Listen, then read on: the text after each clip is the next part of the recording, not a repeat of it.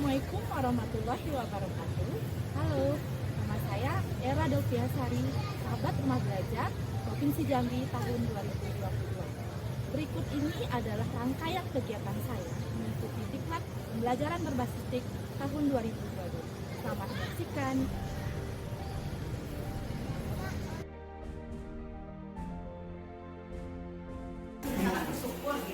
Karena gini, inti dari apa yang sudah kami jalani sekarang ini adalah usulan berbagi dan berkolaborasi. Asalkan ada tempat untuk berbagi, kami siap. Allah siap.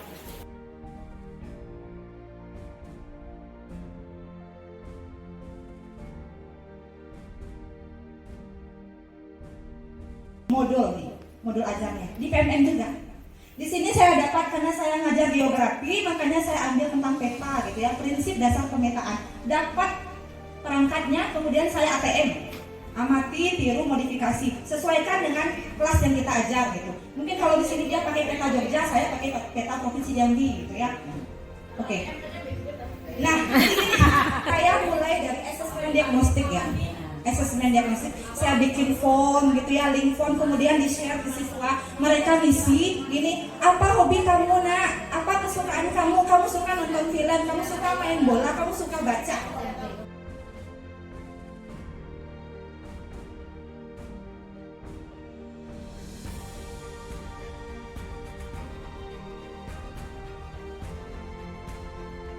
Rumah belajar tadi untuk guru dan siswa, yang platform Merdeka Mengajar itu untuk guru, khusus untuk guru, jadi seluruh aja. Makanya namanya platform PMM, platform Merdeka Mengajar. Iya, jadi di situ ada video inspirasi. Saya senang tuh nonton video inspirasinya. Banyak insight baru yang bisa dapatkan di situ, kayak siswa itu punya passion sendiri gitu ya, dia punya kemauan sendiri.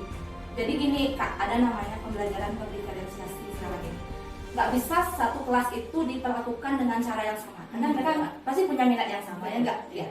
Misalnya gini, ada siswa yang suka main bola, yang satu ini suka musik, terus yang satu ini baca, baca. Pasti ketiga-tiganya beda, harus diperlakukan gitu. Nah, jadi di sini kita adakan namanya asesmen diagnostik, itu tes dulu gitu ya. Hobi kamu apa gitu, minat kamu apa. Nah, terus isi kuis. Nah, kita cari nih kecenderungannya kemana. Misalnya kalau siswa itu senang main bola, itu biasanya kan siswa suka bergerak tuh, nggak mau diam. Nah, jadi itu lebih ke gaya belajar kinestetik. Jadi kalau di pembelajaran saya, misalnya anggap tentang peta gitu ya. Nah, jadi saya suruh mereka bikin peta, langsung praktek gitu bikin peta. Nah, itu anak itu bisa mendapatkan apa namanya yang dipendam Kak. Iya. Jadi guru itu harus mengarahkan sebenarnya, bukan memaksa siswa bisa sesuatu, tapi mengarahkan. Lebih mengenali lagi murid-muridnya sukanya di bidang apa. Iya, benar. Itu yang dimaksud tadi asesmen diagnostik ya. Iya, asesmen diagnostik. Terus kalau untuk kegiatan pembelajarannya ini apa namanya, kegiatannya tuh ada ungkapan. Oh iya. Gini, itu kegiatan atau pembelajaran di dalam kelas ya. Mulai dari pertama kan kita doa dulu gitu. Terus kita minta anak perhatikan sekelilingnya gitu, ada sampah atau enggak gitu. Ya harus peduli lingkungan. Terus kita tanya gitu, persepsi, tanya kamu tahu nggak peta nak gitu, manfaat peta itu apa sih gunanya bagi kamu gitu, ada nggak manfaat bagi diri sendiri. Kan kalau biasanya ke kota-kota itu kan sering ada kendaraan online kan, nah peta digital. Nah, manfaatnya kita tahu, oh ini titik kendaraannya di sini, berapa menit lagi akan sampai ke kita gitu. Itu salah satu manfaat langsungnya. Iya.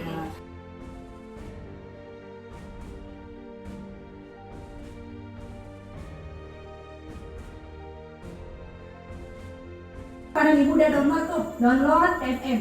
Di situ banyak sekali video inspirasi yang bisa menggugah kita. Tentang apa? Banyak tentang kurikulum merdeka, tentang proyek penguatan profil pelajar Pancasila. Mungkin kalau di sini udah kurikulum merdeka? Enggak ya, belum ya. Mandiri belajar. Masih yang pilihan satu. Nah ya, baik. Nanti lama-lama kita kan terbiasa gitu ya, harus beradaptasi gitu. Di sekolah kami juga belum, tapi saya mulai membiasakan gitu bagaimana sih kurikulum merdeka ini. Saya mulai dari menonton video inspirasi. Nah, di situ ada namanya pembelajaran berdiferensiasi. Mungkin Bapak dan Ibu udah pernah kenal ya pembelajaran berdiferensiasi.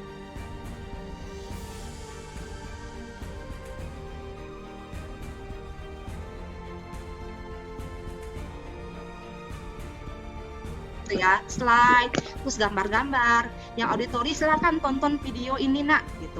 Kalau terus yang kinestetik gimana? Kinestetik silakan kamu bikin langsung petanya, bikin langsung praktek langsung petanya. Jadi nanti ketika kamu presentasi ke depan kelas, kamu tinggal menampilkan aja nih, ini nih gambarnya yang ini.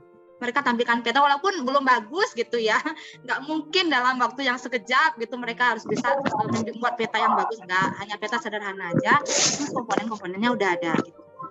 Yang auditori sama visual juga seperti itu.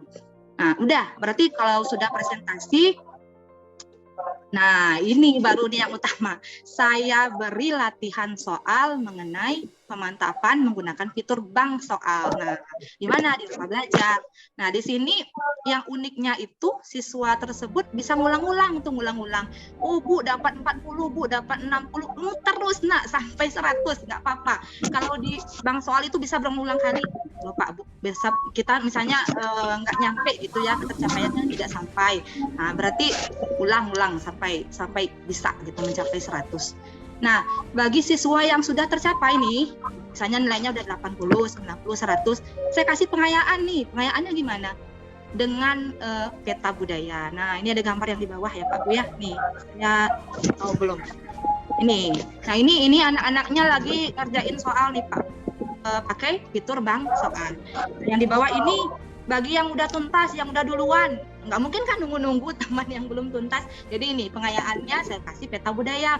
Nah ini unik Pak Bu, ketika kita misalnya menampilkan sesuatu, kita klik ya wilayahnya itu, nanti akan muncul keunikan pada suatu daerah tersebut. Misalnya gini, kita klik Jambi, nanti akan muncul Candi.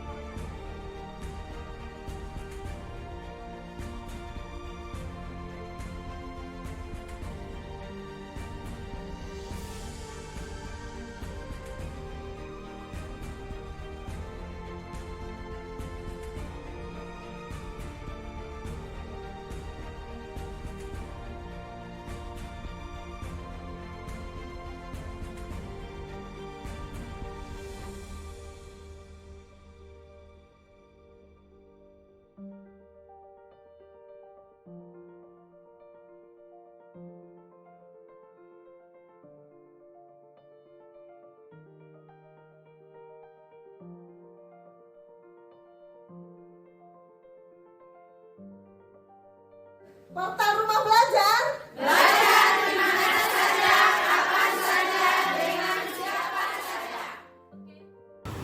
Terima kasih sudah menyaksikan rangkaian kegiatan saya. Salam Rumah Belajar.